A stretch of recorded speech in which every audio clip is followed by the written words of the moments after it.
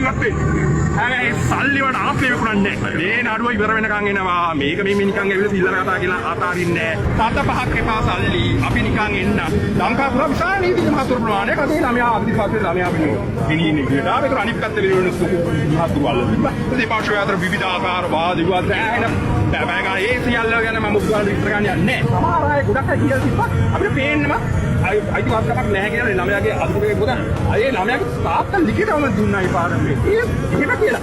තාත්තා ලිඛිතවම දීලා ඒත් විරෝධය සමුදායිටි විරෝධය දක්වා ඉතාම කනගාටු මාත්‍යක්. අපි අධිකාරියේ කරුණු දක්වන්න දෙපා ඔය සමහර නීතිඥ නෝන්ලා මේ විතර වැඩ කරන නීතිඥ නෝන්ලා තාම බාධා සහිත විදිහට ඩිස්ටර්බ් කරනවා.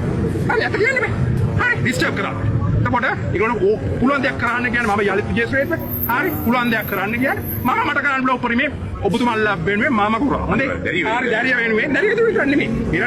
මෙරටේ ළමා පරපුර වෙනුවෙන් තමුන්නාන්සලා වෙනුවෙන් මට කරන්න පුළුවන් දෙයක් මම කරා. මේ නඩුව ඉවර වෙනකන් එනවා. මේක මේ නිකන් ඇවිල්ලා සිල්ලර කතා කියලා අතාරින්නේ නැහැ. ළමා අයිතිවාසිකම් වෙනුවෙන් සහ මිනිස්සුන්ගේ සාධාරණ ඉල්ලීම් වෙනුවෙන් යුක්තිය වෙනුවෙන් යුක්ති ධර්ම වෙනුවෙන් ඉමානක සටන් කරනවා. සල්ලි ඕන ඉවත් වෙන්න. හැබැයි සල්ලි වලට ආපේ විකුණන්නේ නැහැ.